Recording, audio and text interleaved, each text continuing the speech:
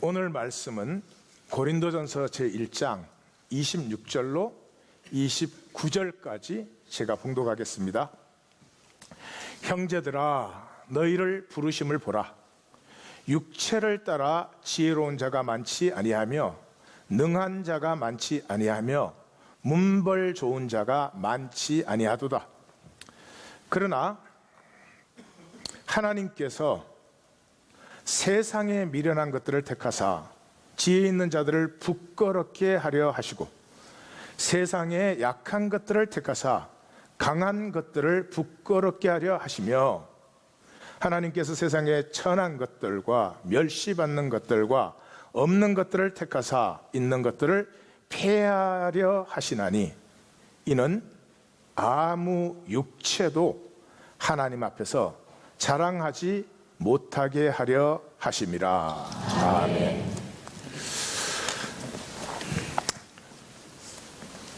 우리의 삶이 평생이 그거예요. 자랑거리 만들려는 삶이에요. 그래서 자랑거리가 좀 있으면 자기가 또 뭐가 좀 된 것 같아요. 근데 자랑거리가 없으면 또 굉장한 열등의식을 가지고 그래요. 그래서 좋은 학교 들어가려면 많이 힘들어요. 공부 많이 하고 애써야 돼요.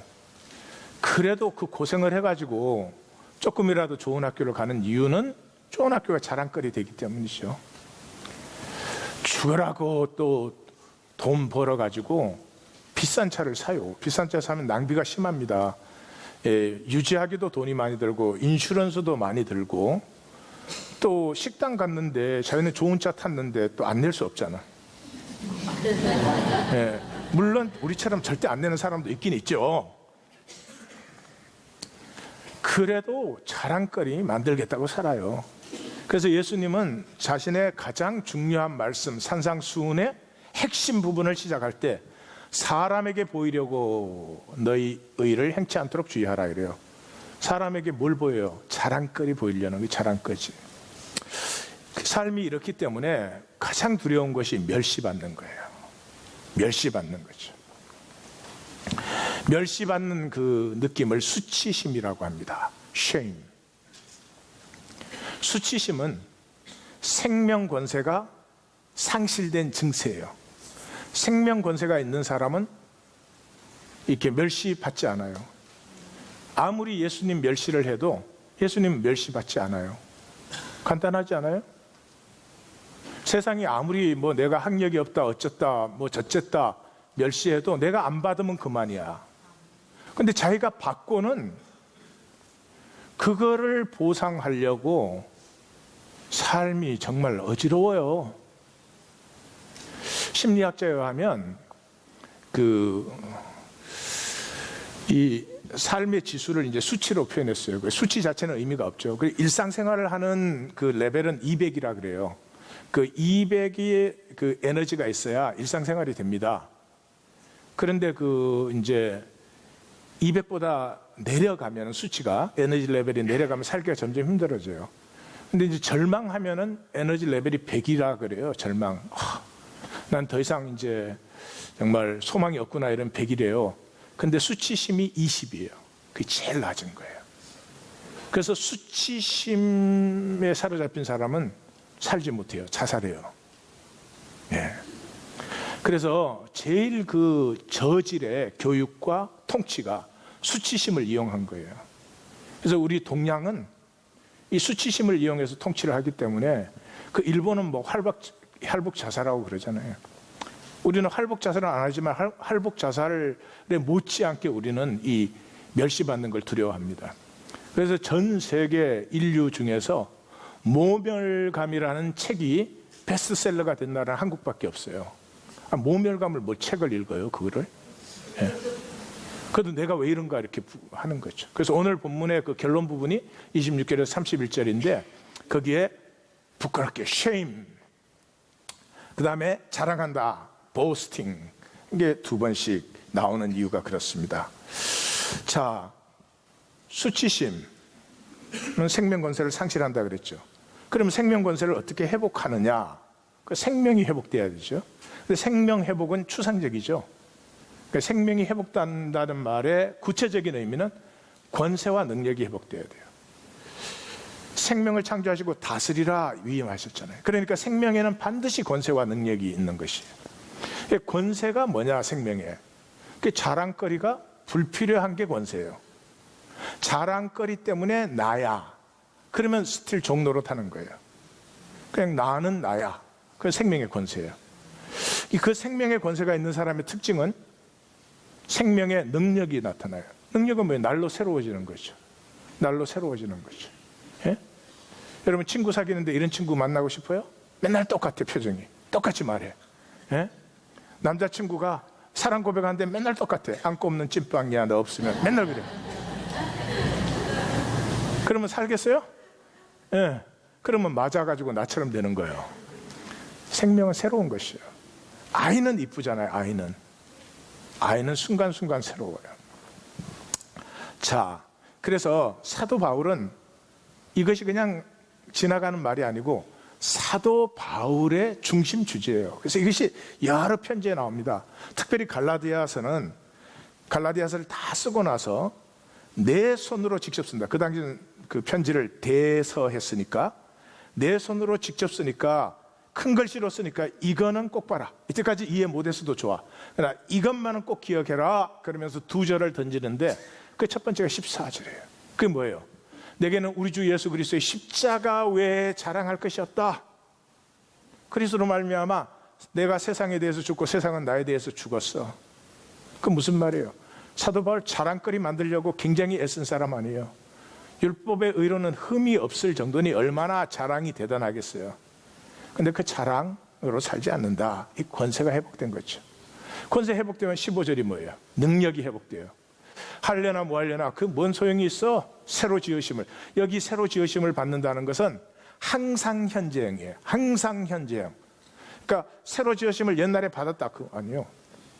예, 기독교인들이 언젠가 구원을 만났잖아요. 계속 새로워지지 않으니까 그 구원이 가짜가 된 거죠. 은혜를 패한 것이죠. 계속 새로워지는 거죠, 생명은. 그래서 능력이죠. 자, 오늘 본문은 크게 두 개로 갈라져요. 전반부 세상의 지혜와 하나님의 지혜, 후반부 이론론적 지혜의 복. 그래요. 먼저 세상 지혜와 하나님의 지혜를 보겠습니다. 여기를 보기 위해서는 사도 바울의 비교 문장 생략법이라는 걸 알아야 돼요. 내가 만든 말이에요. 그 사도 바울은 그 헬라적인 표현을 쓰는데 대비를 많이 시켜요. 로마서 8장 같은 데가 이제 대표적인 것이에요. 육신을 따르는 자는 육신의 일을 생각하고 영을 따르는 자는 영의 일을 생각한다. 육신의 생각은 사망이고 영의 생각은 생명과 평강이다. 이래요. 계속 대조시키잖아요. 그럼 그 다음에 육신의 이 생각은 하나님과 원수가 된다. 그러면 저쪽에 영의 생각은 하나님과 친구가 된다. 이래야 되는데 그거 생략해버려요. 또 육신의 생각은 하나님을 기쁘시게 못한다. 그러면 저쪽에 영의 생각은 하나님을 기쁘시게 한다. 이렇게 해야 되는데 생략해버린다 이 말이죠. 왜냐 그러면 처음에 두 번 대조시켰으니까 그 다음에는 일일이 안 적어도 이렇게 대조되는 거다. 우리가 다 깨달아 알지, 그치? 예, 깨달아. 옆에 말하세요. 뭔지 모르지만 나 깨달아 알았어. 그래서 이 바울의 편지에 많이 나와요. 오늘 것도 보면은 세상 지혜는 멸망케 하는 미련함이다. 하나님 지혜는 구원하는 것이다. 정확히 멸망, 구원 대조되죠.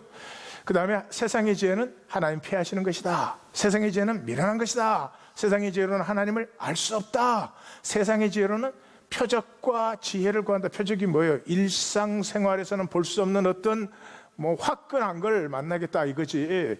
지혜가 저기 무슨 말이에요? 일상생활의 것이 아닌 하늘의 계시로 열린 뭐 특별한, 여러분 그런 걸 찾고 있는 동안 자기 스스로 속이는 것이에요. 밥 먹고 숨 쉬고 가족들과 대화하고 친구를 만나고 함께 생활하는 이것 속에 내 생명이 나누어지고 있지 않으면 나머지는 다 거짓말이에요.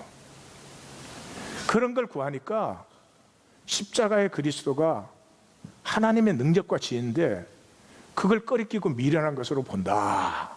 이렇게 얘기를 하는 거죠.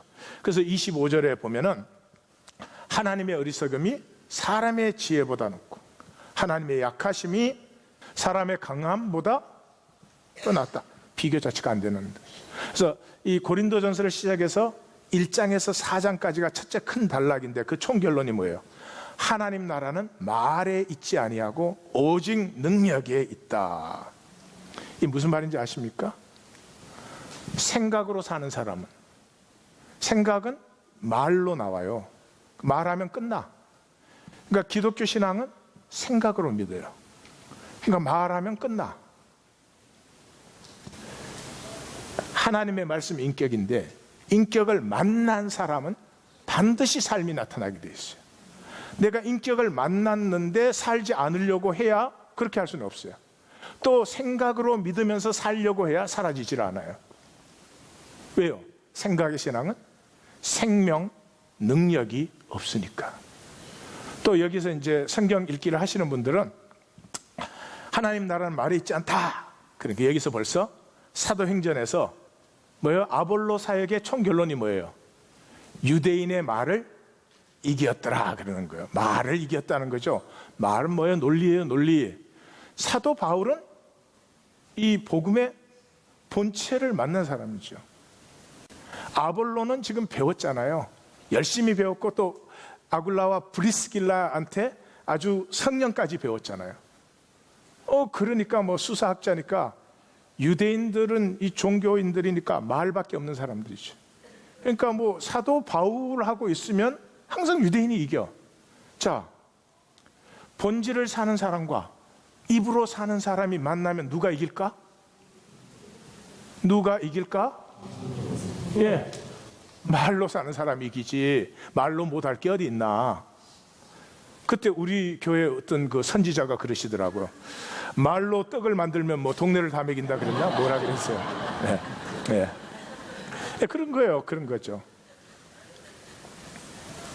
그러니까 이 바울이 있을 때는 맨날 당했는데 아볼로가 딱 말 가지고 성령을 얘기하니까 종교인들의 말이 뭐 빤한 거예요. 빤한 거. 그래서 종교인들의 말을 듣기 싫어한 거예요. 사람들이 빤한 말을 살지는 않고 계속하니까. 그래서 사도 바울의 이 빵 때리는 것은 보시면 알겠지만 이 분쟁으로 시작된 고린도 문제의 뿌리에 이 세기를 박는 거예요. 자, 인간의 지혜에 하나님이 폐하시고 미련한 것이고 왜 생명 능력이 없나? 이원론적이기 때문에. 이원론이란 말이 잘 이해가 안 가시면 이중적이기 때문에. 두 가지로 보겠어요. 개인적으로 보면 이중적인 신앙은 이래요. 자기는 그대로 둬. 나는 변하지 않았으면 좋겠어. 내가 변하는 건 아픈 일이에요. 그리고 나는 가만두고 조건과 상황만 나에게 유리해졌으면 좋겠어. 나는 변하지 않고 복음 받고 싶어. 여러분 그렇게 될까요? 안 될까요? 하나님의 역사 그렇게 될까요? 안 될까요?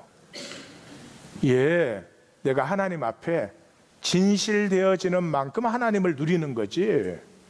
나는 가만두고 하나님과 하나님의 모든 베네핏은 많이 그 종교에 하는 거짓말 믿지 마세요. 그래서 고린도 전서를 흐르는 핵심 중에 하나가 자기의 유익이에요. 이 조건만 그냥 복만 받았으면 좋겠다. 이 사람은 다음 주에 우리가 보겠지만 생각하는 게 자기 유익밖에 없어요. 자, 자기 유익만 생각하면 복될까요? 복될까요? 절대로 복되지 않습니다. 다음 주에 왜 그런지를 좀 보실 거예요. 개인적으로 이원론이라는 건 하나님은 나를 새롭게 하심으로 새로운 지경들을 누려가게 하시는데 내 변하는 건 고쳐야 되고 아픔을 겪어야 되니까 나는 그대로 두고 복만 받겠다 이거죠. 사회적으로도 마찬가지예요. 여러분 인간이 많이 발전했죠. 참 엄청나게 발전했어요. 최근 50년에 나온 연구와 책들과 지식을 합하면 인류 전체가 합한 것에 뭐 비교가 안 될 정도 많습니다. 자연과학 분야에서, 우주학 분야에서, 천체학 분야에서, 생명공학 분야에서, 내 연구에서 상대가 안 돼요. 그런데 그렇게 많이 발전했죠. 근데 뭐 그렇게 많이 발전하고 복잡해진 것 같은데 사실 보면 두 가지예요. 생산과 교통의 확장이에요. 생산을 많이 할 수 있고 생산하는 것을 빨리빨리 나눌 수 있게 한 거예요. That's it. 무슨 인터넷 시대 지금 이 온라인 월드가 너무너무 무한하기 때문에 정신을 못 차리게 변하잖아요. 그것도 똑같아요. 생산과 교통을 점점 빨리빨리 확대하는 거죠. 그거 빨리 본 사람들이 빌 게이츠, 중국의 마오인 회장 이런 사람들이죠. 빨리 봤어요. 그런데 그렇게 생산과 교통이 빨리빨리 돼서 편리한데 편리한 만큼 그것에 우리가 또 디펜드 돼요. 의지를 할 수밖에 없어요. 핸드폰 보세요. 핸드폰 이게 30분만 놔두면 불안해진다니까. 예. 여러분, 이 하이웨이가 만들어졌으니까 우리가 얼마나 잘 다녀요. 그런데 이런 사람 있어요? 인간이 하이웨이에 그렇게 의존되어서 살겠느냐. 그래서 보스턴 가는데 개나리 뱃집 메고 산으로 가. 그러면 안 되는 거야. 그냥 좋든 싫든 그게 디펜드 되게 돼 있는 거죠. 예, 그래서 문제가 뭐예요? 뭐 좋지, 확대되면은 좋은데 행복이 없죠. 예, 물질과 조건을 편하게 많이 만든다고 해서 가치와 의미가 생기는 건 아니다. 이것만 가지고도 1시간 설교할 수 있지만 다 아시는 얘기죠. 제가 설명 안 해도. 예, 뭐 우리는 우리 할아버지 때에 비하면 우리 할아버지 때 우리 얘기를 들으면 거짓말이라 그럴 거예요. 더우면 에어컨이 나오고 추우면 히팅이 나오고 냉장고 열면은 뭐 사시사철 과일 원하는 대로 먹을 수 있고 뭐 어디를 가고 싶으면 뭐 몇백 마일 정도는 내려가서 점심 먹고 올라올 수 있고 이러면은 거짓말이라 그럴 거예요. 그런데 그 세대보다 우리가 행복하냐? 그렇지는 않다는 거죠. 왜? 물질과 조건을 편하게 만들었다고 의미와 가치가 생기는 게 아니니까. 1세기 안에 벌추얼 이터널 라이프가 이제는 가능하답니다. 2115년 전에, 제가 생각할 때는 21세기 끝나기 전에 될 거예요. 이제는 DNA를 고칠 수 있고 내 세포에서 장기를 만들어낼 수 있어요. 그 심장이 약하면 새 심장 하나 갖다 딱 다는 거예요. 그래서 벌추얼 이터널 라이프가 가능하다는 거예요. 그렇지만 동시에 우리는 다 알고 있죠. 그럼 행복할까요? 그러면 행복할까요? 행복하지 않은 정도가 아니고 지옥을 경험할 것이다. 지옥을 경험할 것이다. 저는 뭐 설명 조건을 아무리 바꾼다고 행복이 증대되는 건 아니죠. 자, 이 이원론적 지혜, 다시 말해서 인간의 지혜라는 건 생명을 향상시키면 생명을 향상시키는 것만큼 죽음도 향상시켜버려요. 네, 죽음은 놔두고 생명만 향상을 시켰으면 좋겠는데 무서운 무기를 만들어서 우리가 딱 정복하면 딱 정복한 것으로 새로운 시스템을 만들어서 발전을 시켰으면 좋겠는데 그 무서운 무기가 우리 자신도 파괴할 수 있다 말이죠. 예, 그 항생제를 만들었어요. 그랬더니 항생제에 듣지 않는 병균이 또 생겨버리죠. 우리가 하는 일은 이원론적이기 때문에 양쪽을 다 같이 높이지 한쪽만 높이는 길이 없다. 그래서 해결은 생명 능력은 이론론적 지혜와 지혜의 능력으로 오는 것이다. 그런 것이에요. 그것이 이제 26절에서 31절까지예요. 먼저 26절에서 29절까지는 아까 말씀드린 이 비고문장 생략법을 또 사용해요. 그래서 너희를 부르심을 보라 이래요. 너희를 부르심을 보라, 그 말은 명령형이 아니고 서술형이에요. 너희의 부르심을 보라. 육체를 따라. 육체를 따라는 말은 이 세상의 조건을 따라 너희 중에 지혜 많은 자, 이 학벌 좋다 그런 뜻이에요. 능력 있는 자, 성공했다 그런 뜻이에요. 문벌 좋은 자, 로마니까 가문, 귀족 가문이 가문이 좋다 그런 뜻이에요. 그런 사람 없지 않느냐? 그 너희를 부르셨다는 거죠. 우리는 이거 들으면 뭐 당연하잖아요. 소위 뭐 민주화를 이루었다 뭐 이래가지고 민주화, 같지도 않은 민주화 가지고, 그렇지만은 그 당시에는 이건 대단한 얘기입니다. 황제가 사람을 부르려면 이 세 가지가 절대 조건이에요. 예, 학벌이 좋아야 돼요. 그리고 능력이 있어야 되고요. 가문이 좋아야 돼요. 세 개 중에 하나가 없어도 부르심을 받지 못해요. 그런데 하나님이 너희를 부르셨는데 너희는 이 세 가지 다 없지 않느냐. 이 굉장한 도전을 하고 있죠.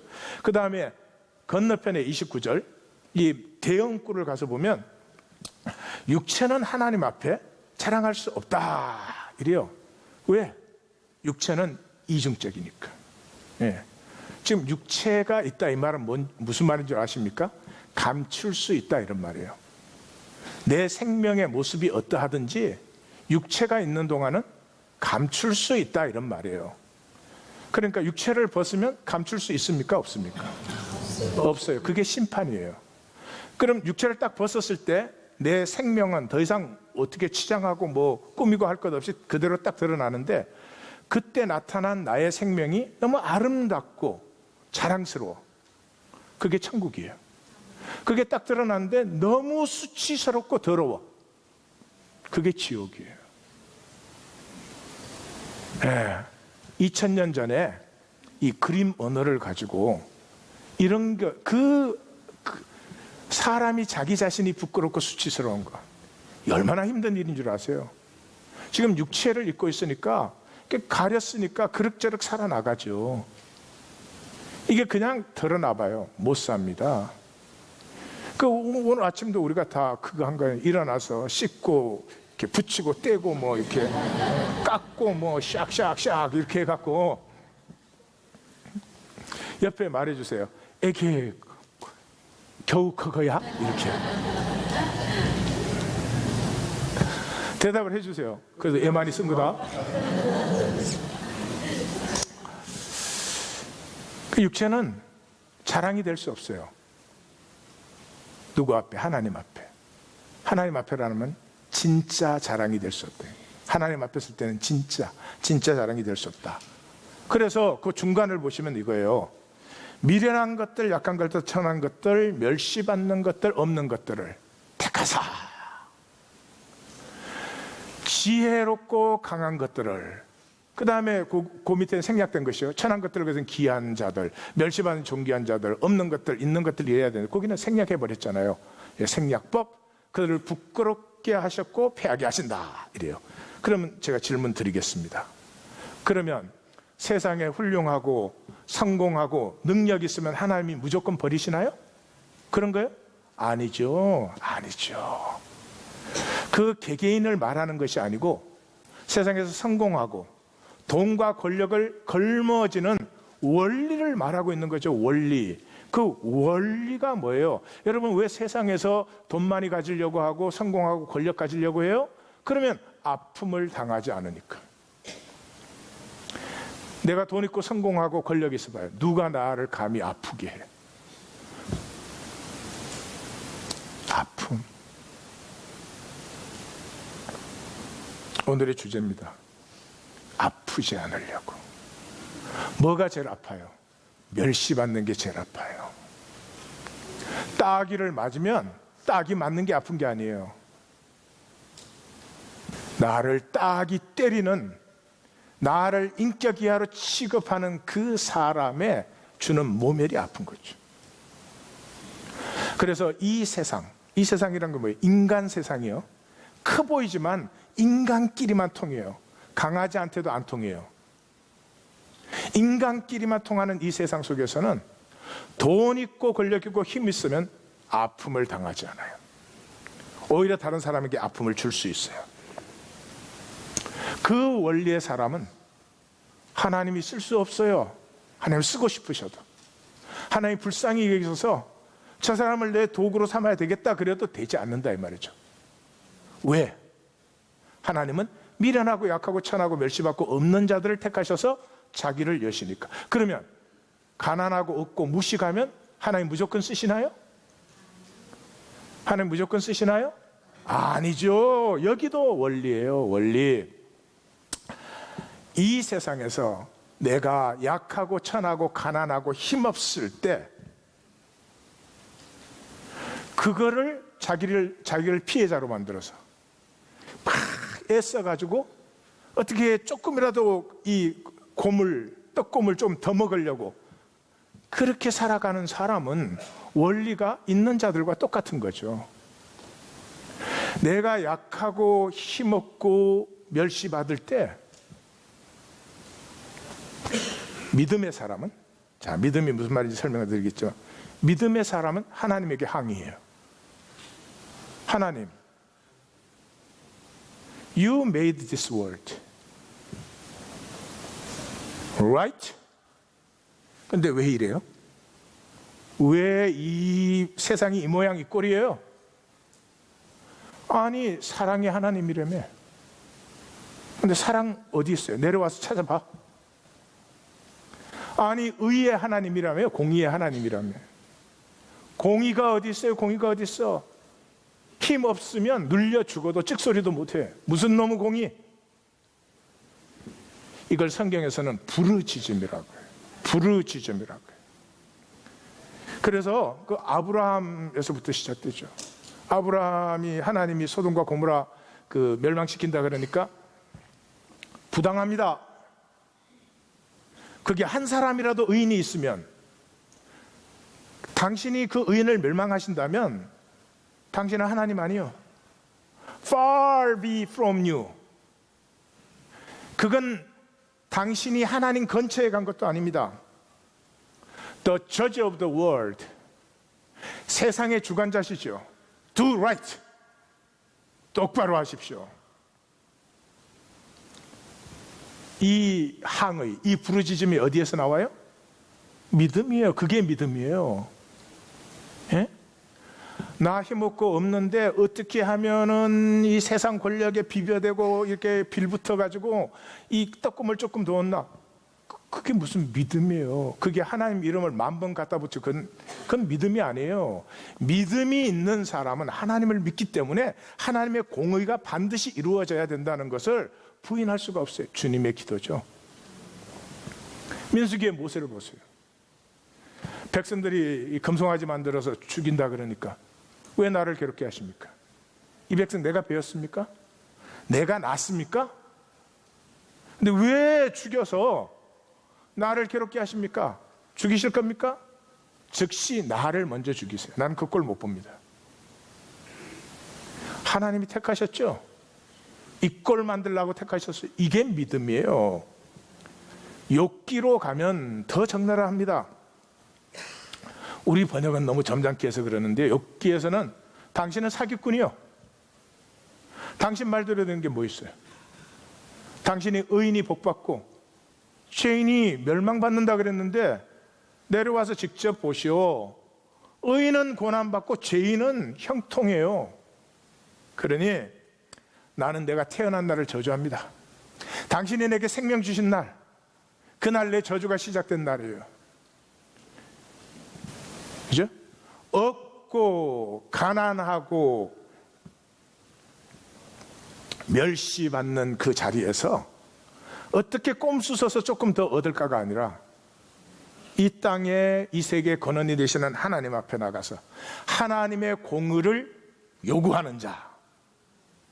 이게 이론론적 지혜예요. 하나님으로부터 만물이 나왔잖아요. 나는 다른 원인을 잘 됐든 못 됐든 세상의 조건에서 찾지 않아. 나 부모를 잘못 만나서 그게 찾지 않는다 이 말이죠. 당신이 나를 창조하셨고 보내셨죠. 그럼 좀 똑바로 해 보십시오. 자, 이렇게 항의할 수 있는 사람, 이 사람 삶에 꼼수나 부리는 사람, 어떻게 해서 떡고물이나 조금 더 챙기려는 사람, 이런 항의할 수 있어요? 없어요? 없어요. 하나님 앞에 서 있는 사람이죠.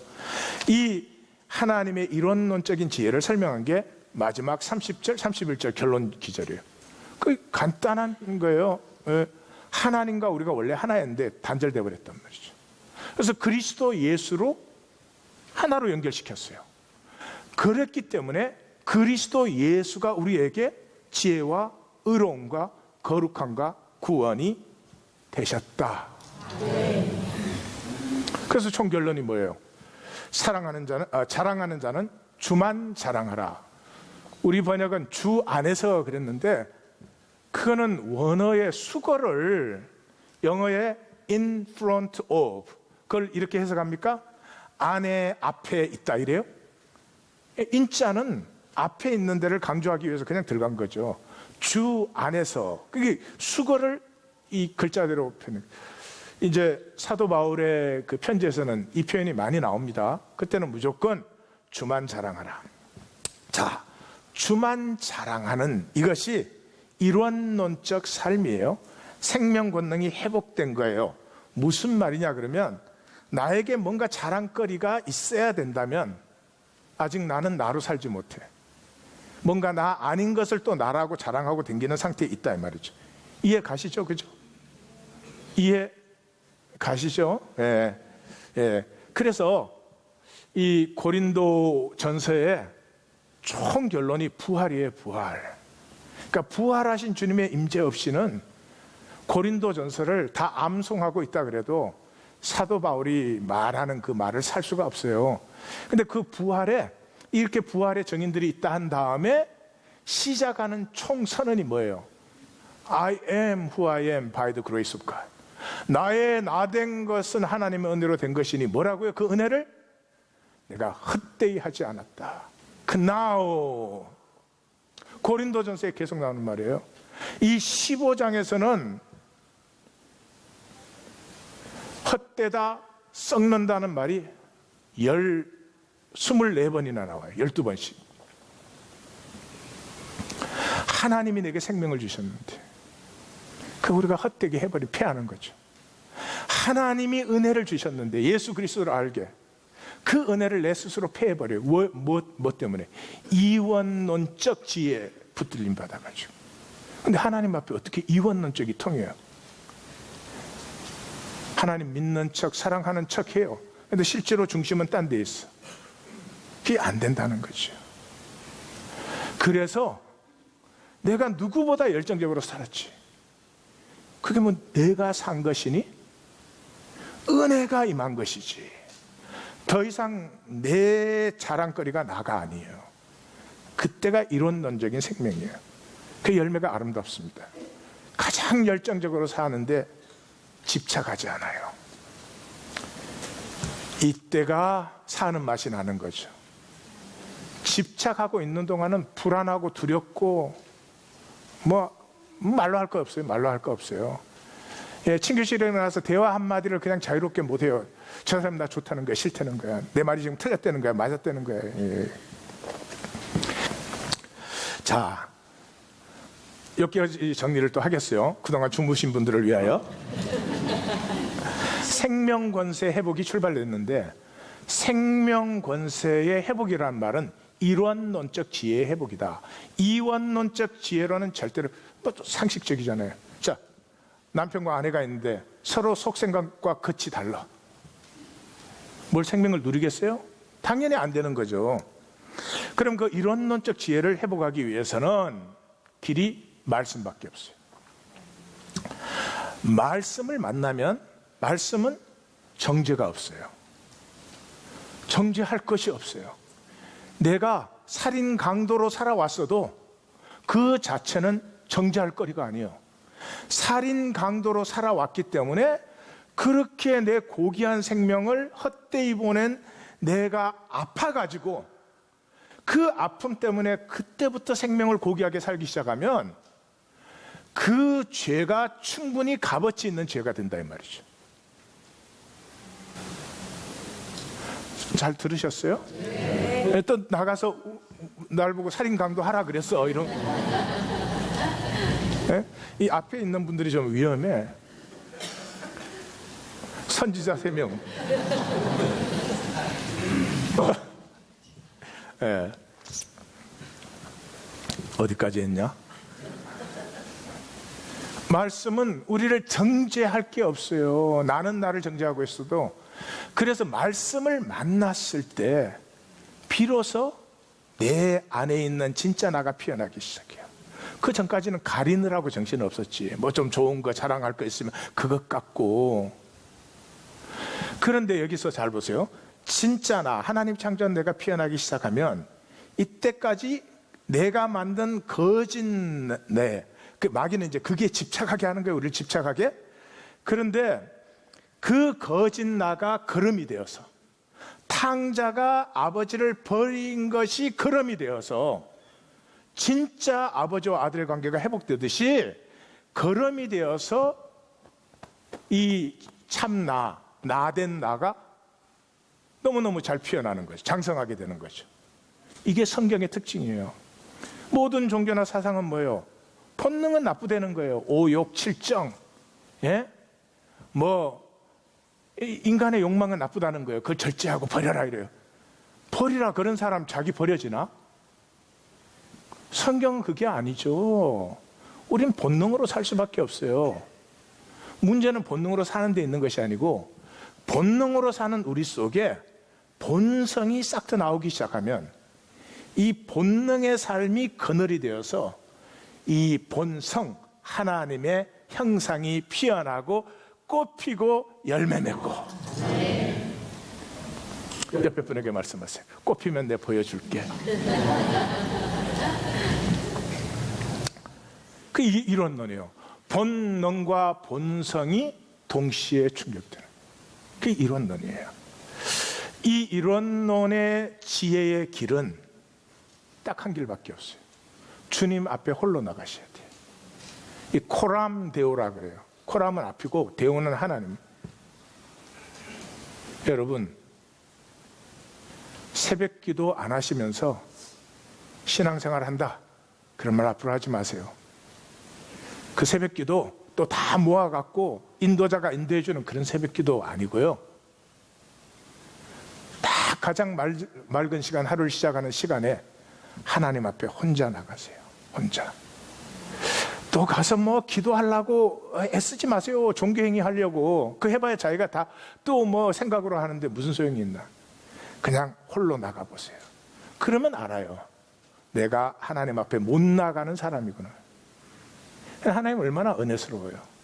평생에 생긴 장애가 일주일만 그렇게 나가보시면, 나가서 그냥 있는 거예요. 못 나가니 어떻게 해요? 주님, 내가 기다립니다. 나를 긍휼히 여기시옵소서. 주님, 내가 나갑니다. 나를 긍휼히 여기시옵소서. 하루에 10분 어떻게 보내세요? 수도 없이 낭비하는데 10분만 그렇게 나가시면 일주일 안에 주님의 임재 앞에 나를 느끼기 시작해요. 주님 임재 앞에 나를 느끼기 시작하면 어떻게 돼요? 모든 조건과 상황이 그 허상이니까. 그놈의 조건과 상황이 절대적이었어요. 그거 없으면 죽는 줄 알았어요. 근데 내가 그걸 다스려야지. 그게 나를 다스리고 있었으니까. 그 조건과 상황이 쓰러지면서 다스림의 권세가 회복되죠.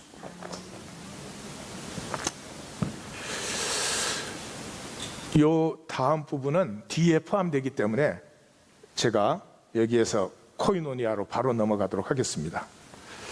자, 생명 권세가 나타난다. 그 말은 이론론적 생명, 이론론적 지혜, 이론론적 생명이 나타난다는 건데, 이론론적 생명이 나타난다는 건 코이노니아예요. 네, 남편과 아내 사이에 코이노니아가 이루어지는, 같이 산다고 같이 사는 거예요? 그건 아니지, 솔직히 말해서. 예. 성도들이 같이 모여 있다고 같이 사는 거예요? 아니죠. 그거는 눈 감고 우리 다 아웅하는 거죠. 종교는 다 이원론적인 지혜를 가지고 하는 거니까. 그래서 이 이론론이 구원의 본질이에요. 구원의 본질. 그래서 창세기 1장부터 이걸 얘기하는 거죠. 인간을 어떻게 하나님의 형상으로 하나님의 모양을 따라 창조하셨어요. 그 말이 뭐예요? 하나님의 형상, 이미지라는 말은 본질을 얘기하는 거예요. 본질은 사랑이에요. 생명의 본질은 사랑이에요. 그러니 모양은 당연히 하나됨으로 나타나죠. 성부, 성자, 성령 하나님이 완전한 하나를 이루죠. 왜? 본질이 사랑이니까. 그렇게 인간을 창조했기 때문에 독차하는 것이 좋지 않아. 그러니까 여기 독차라는 말은 결혼해라 그런 말이 아니죠. 독차한다는 건 인간은 홀로는 절대로 완성될 수가 없어요. 미완성이에요. 단절되어 있는 인간은 육체를 입고 있는 동안은 사는 것 같이 보이지만 끝나고 보면 산 게 아무것도 없어요. 허무밖에 없어요. 허무다는 말은 가치가 없다 이 말이죠. 크나오, 껍질밖에 남지 않는다. 거기에 그래서 독차하는 것이 좋지 않다. 이 토브라고 하는 것은 그냥 좋다 나쁘다가 아니에요.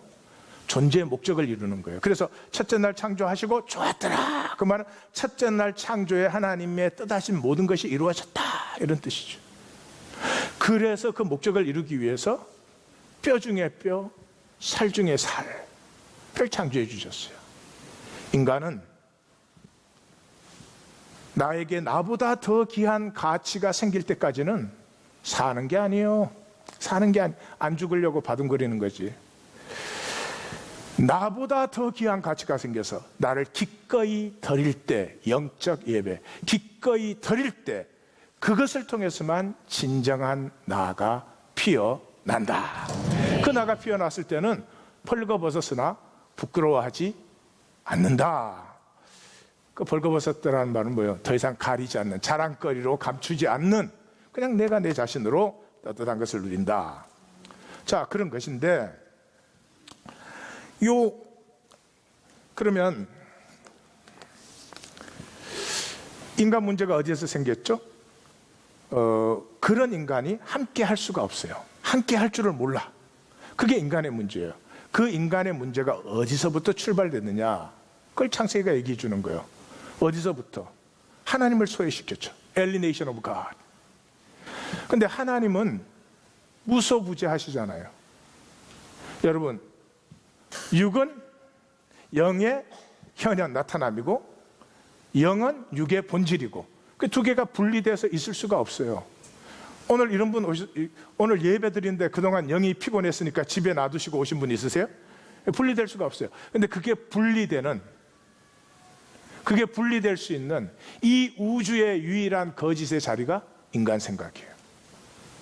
인간 생각. 이 꽃 하나님과 분리될 수 없어요. 저 나무 하나, 바람결 하나 하나님하고 분리될 수가 없어요. 인간 생각에서만 하나님하고 분리가 되는 거예요. 그래서 뱀이 유혹해요. 하나님이 없는 것처럼 물어요. 그러니까 여자가 하나님이 없는 것처럼 대답해요. 스스로 일원론적인 삶을 이원론화시키죠. 겉으로 사는 삶과 속으로 중심의 삶이. 그러니까 결과가 뭐예요? 사장이 형제조차도 함께 할 수 없어요. 모든 것이 이중적이 되었죠. 그래서 예수님이 오셔서 회복한 게 뭐예요? Be together. 12를 부르셨으니, 12를 채우셨으니 이는 자기와 함께 있게 하시고. 우리 종교인들은 저런 거 안 읽어요. 전도하는 거, 막 가서 막 능력 행하는 거 이런 걸 보는 거지. 그 모든 것이 어디에서 함께 있게. 여러분, 함께 하면 이적이 나타나요. 이적을 구하지 마시고 함께함을 구하시기 바래요. 자, 그런데 이 인간의 이원론적 지혜는 그래서 결국은 코이노니아를 폐하는 거죠. 구원의 본질을 폐해버려요. 이게 고린도 교회가 지금 하고 있는 것이죠. 그래서 1장 17절 지난주 결론이 뭐예요? 복음을 헛되지 않게 하려고 내가 이 말을 너에게 쓰고 있는 것이다. 이렇게. 그나오. 그게 고린도전서에서 계속 나옵니다. 고린도 후서에서 나옵니다. 갈라디아서 핵심 부분에서 나옵니다. 헛되지 않게.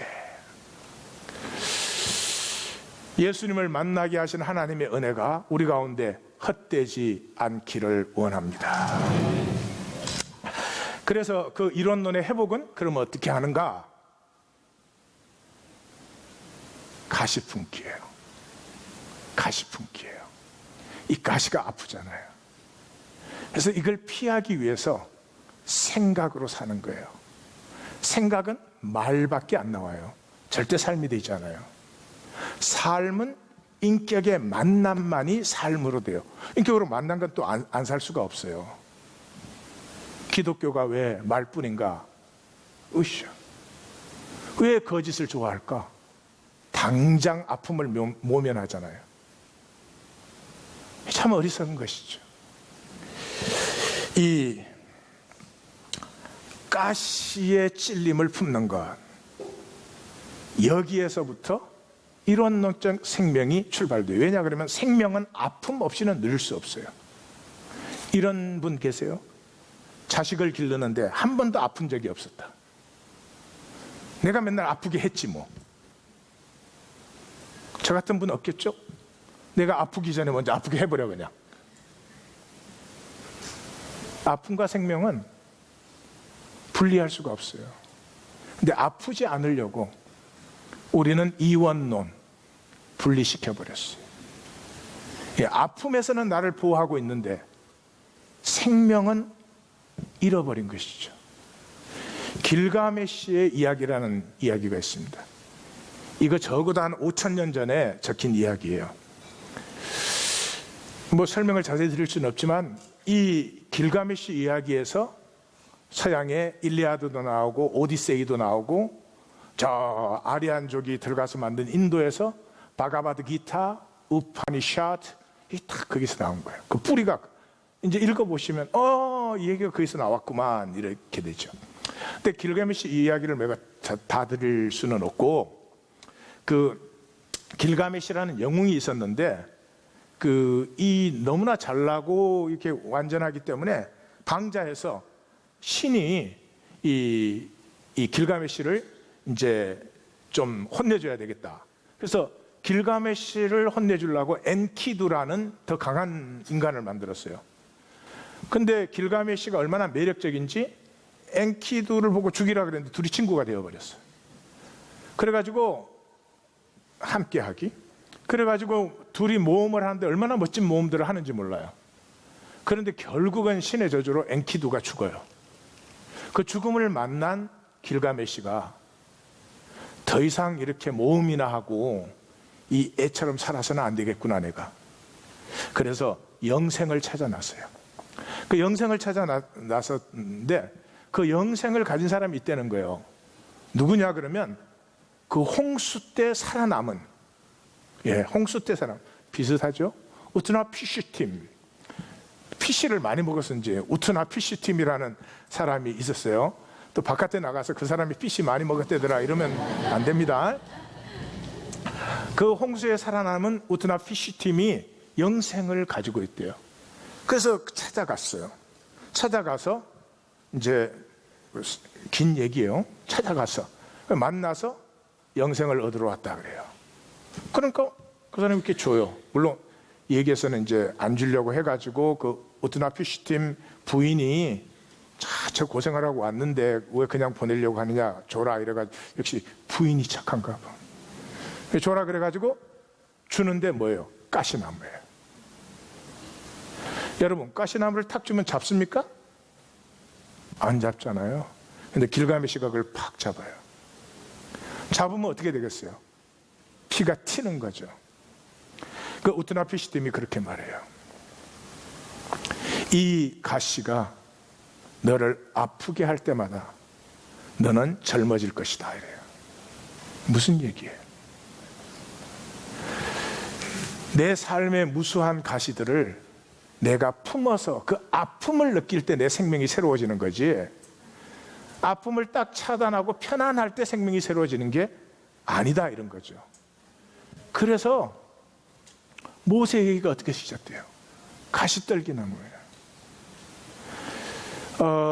구약에는 아마 우리 번역은 가시덤불이라고 되어 있었나? 그럴 거예요. 떨기나무라고 되어 있죠. 떨기나무라고 되어 있어요. 근데 마가복음과 누가복음을 읽으시면 그 사건을 다시 기록할 때 가시떨기나무라고 얘기를 해요. 그러니까 그게 가시나무인 걸 알아요. 그 무슨 말이에요? 고대에서 그 목축업을 할 때 그 사막의 가시나무가 1년 내내 가시로 있다가 1년에 한 번 비가 와요. 그 비가 한 3일 이렇게 오면 거기 겨울이 생기고 그런데 와디라 그래요. 그러면 그때 이 물기를 빨아들여 가지고 확 잎을 피우고 꽃을 피우고 열매를 딱 떨어뜨려요. 그러고는 비가 다시 안 오기 때문에 다시 가시로 돌아가요. 거기 한 일주일에서 10일 사이에서 일어나는 일이에요. 그 다음에 1년 내내 이게 가시로 있기 때문에 이 가시가 얼마나 길고 날카로운지, 저는 그 보러 가가지고요, 성지순례 때 이렇게 가까이는 차마 못 대고, 나는 길가메시가 아니잖아. 안방 메시잖아요. 그래서 살짝 가까이 됐는데 이 가시가 확 달려와서 찔려요. 정말이에요. 그게 무슨 현상인지 도저히 모르겠는데 가까이 가면 내가 잡는 게 아니라 가시가 나를 확 붙어요. 깜짝 놀랐죠. 도대체 찔렸어요. 영생을 얻는 건데. 그렇기 때문에 굉장히 위험해요. 그래서 어떻게 해요? 그 지역에 양과 가축을 풀기 전에 가시던 불을 태워버리죠. 근데 가시떨기나무에 불이 붙었는데 타요 안 타요? 안 타지. 모세의 아픔을 만난 거죠. 우리는 다 태생적인 아픔을 갖고 있어요. 그거 부끄러워서 숨기려고 평생 사는 거예요. 그 아픔에 찔려서 스스로 피를 흘리고, 그래서 비로소 피 흘리는 이웃의 아픔을 품어줄 수 있을 때, 예수님의 가시면류관은 그냥 고생하신 게 아닙니다. 성경적인 전통이에요. 여러분, 옛날에 인쇄된 성경들은 몇천 년, 몇백 년 이상을 성경 말씀 주변에 항상 이게 테두리 장식을 다 갖고 있어요. 보시면 전부가 가시 장식이에요. 가시 장식. 그러니까 이 초대 공동체는 그걸 알았어요. 사도 바울이 그 예수님 핍박하러 갈 때 뭐라고요? 가시채를 뒷발질하기가 내게 고생이다. 뭐 그렇게 훌륭한 의를 만들고 이게 지금 뭐 하는 거예요? 나는 아프지 않겠다는 거지. 나는 아프지 않겠다는 거지. 절대 가시에 찔리지 않는다는 거지.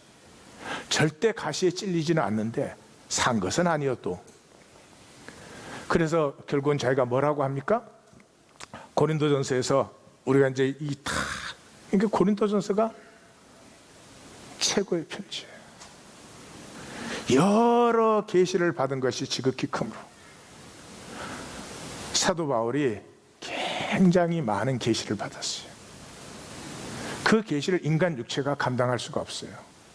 하나님의 형상을 인간 육체가 감당할 수가 없어요. 감당하는 유일한 길이 뭐예요? 아플 때. 아파할 때 인간은 하나님을 닮기 시작합니다.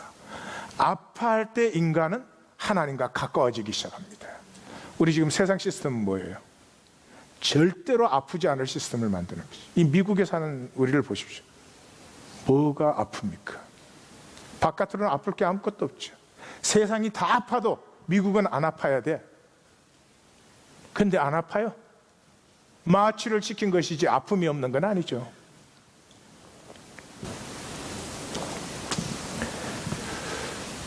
이 가시를 품으면서 생명은 피어나기 시작해요. 그럼 어떻게 가시를 품나? 가시를 품는 능력은 어떻게 만나는 것인가? To be continued. On Christmas Day. 옆에 말하세요. 다음 주 빠지려고 그랬는데 어떡해? 이게는 항상 말씀 가운데 광고가 나와. 다음 주에 혼자 나오는 사람은 말 안 해줄 거야. 기도하십시다.